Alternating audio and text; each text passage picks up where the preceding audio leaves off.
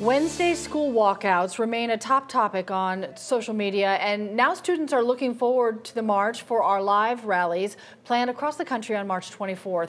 This afternoon, we talked with Dr. Bernice King, the daughter of Dr. Martin Luther King Jr. Jo Hankey shares her reaction to the walkouts and her advice to students moving forward. Joe? Well, Cheryl, Dr. Bernice King says her mother fought for gun reform in the 1980s. Now, more than 30 years later, students are fighting the same battle, and to see the change they want, she says they can't give up.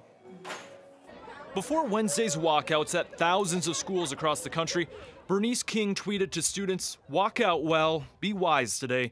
Don't be provoked to violence. Stand firm for love and for legislation that serves to decrease gun violence."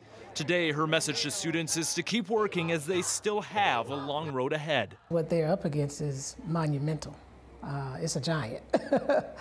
And it's going to take some stick-to-itness, some longevity, and guarding one's heart so that they don't become discouraged, disgruntled, because the resistance will be great. King says the current generation standing up and demanding change when it comes to school safety and gun laws is a generation which is attracted to decentralized leadership. During Wednesday's walkouts, we heard from students from across the country in person and on social media.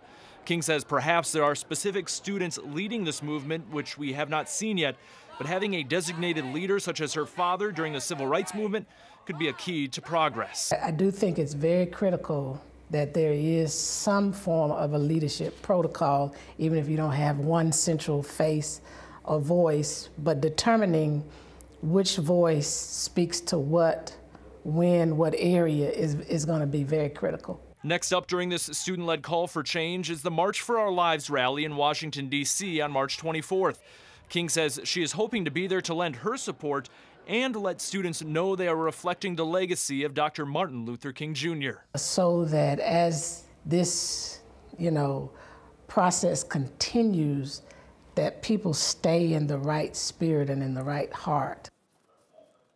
And King says the key for students might be accepting incremental changes through several pieces of legislation or tweaking current legislation and solving the problems they want addressed over a longer period of time. Melissa? Joe, thank you.